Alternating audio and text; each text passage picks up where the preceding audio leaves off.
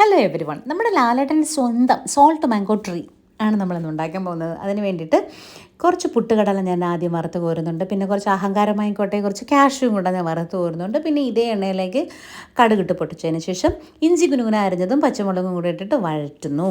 ഇതിൻ്റെ ഒരു എരിയാണ് യൂഷ്വലി ഉപ്പുമാവിന് ഉണ്ടാവാറുള്ളത്, അത്രയേ ഉണ്ടാവാറുള്ളൂ. അതിനുശേഷം നമ്മുടെ മക്കളെയൊക്കെ പച്ചക്കറി കഴിപ്പിക്കാൻ വേണ്ടിയിട്ട് കുറച്ച് ക്യാരറ്റും ബീൻസും കൂടെ കുനുകുന അരിഞ്ഞതും കൂടി ഇട്ടിട്ട് വഴറ്റുക. ഉപ്പിട്ട് വഴറ്റിയിട്ട് ഈ എണ്ണയുടെ ചൂടിൽ തന്നെ അടച്ചു വെച്ചിട്ട് അതൊന്ന് വെന്ത് വരുന്ന സമയത്തിന് നമുക്ക് ഉപ്പുമാവിൻ്റെ ഏറ്റവും പ്രധാനപ്പെട്ട ഘടകമായ റവ നമുക്കിട്ട് കൊടുക്കാം. റോസ്റ്റഡ് റവ ആണെങ്കിൽ കൂടിയും ഈ ഒരു വെജിറ്റബിൾസിൽ കൂടെ ഇട്ടതിന് ശേഷം ഒന്നും കൂടെ നന്നായിട്ട് ചൂടായതിന് ശേഷം മാത്രം വെള്ളം ഒഴിക്കുക.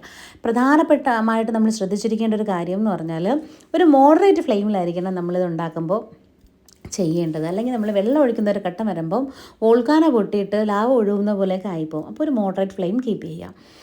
ഇനി ചില വീടുകളിൽ ഉപ്പുമാവ് നല്ല പൊങ്കൽ പോലെ കുഴഞ്ഞിരിക്കണം, ചില വീടുകളിൽ നല്ല ഡ്രൈ ആയിട്ട് മണൽ പോലെ ഇരിക്കണം. എനിക്ക് ഇതിൻ്റെ രണ്ടിൻ്റെ ഇടയിലുള്ള പരുവമാണ് ഇഷ്ടം. അപ്പോൾ അതിൻ്റെ ക്വാണ്ടിറ്റിയാണ് പറയുന്നത്. 1 കപ്പ് റവയ്ക്ക് 1 കപ്പ് വെള്ളം, and flame should be in moderate. ഇനി മിക്സ് ചെയ്യുക. ഈ ഘട്ടത്തിൽ നമ്മൾ കുറച്ച് 1 സ്പൂൺ നെയ്യ് ഒഴിച്ചു കൊടുക്കാൻ മറക്കരുത്. പിന്നെ ഉപ്പ് ചെക്ക് ചെയ്യാൻ മറക്കരുത്. ഇനി ഇവിടെ വെച്ചിട്ട് നമ്മളൊന്ന് അടച്ച് ലോ ഫ്ലെയിമിൽ വേവിക്കുമ്പോൾ നമുക്ക് നല്ല സൂപ്പർ, ഞാൻ ഈ പറഞ്ഞ ഇതിൻ്റെ രണ്ടിൻ്റെ ഇടയിലുള്ള പരുവത്തിലുള്ള ഒരു ഉപ്പുമാവ് കിട്ടും. പിന്നെ ഇടയ്ക്ക് ഇങ്ങനെ കടിക്കാൻ ഇഷ്ടമുള്ളതുകൊണ്ടാണ് ഞാൻ ഈ കടലയും കാഷ്യൂ ഒക്കെ വറുത്തിടുന്നത്. അത് നിങ്ങൾക്ക് ഇഷ്ടമല്ലാന്നുണ്ടെങ്കിൽ മാറ്റാം. അപ്പോൾ ഈ ഒരു ക്വാണ്ടിറ്റിയിൽ 2 പേർക്ക് കുശാലായിട്ട് കഴിക്കാം. ഈവൻ നമുക്ക് 3 പേർക്ക് വേണമെങ്കിലും കഴിക്കാം. ഓക്കെ, അപ്പോൾ അത്രയേ ഉള്ളൂ. നിങ്ങൾ നിങ്ങളുടെ ഇഷ്ടം അനുസരിച്ചിട്ട് മാറ്റങ്ങളൊക്കെ വരുത്തിയിട്ട് ഒന്നും ഉണ്ടാക്കി നോക്കുകയുള്ളൂ കേട്ടോ.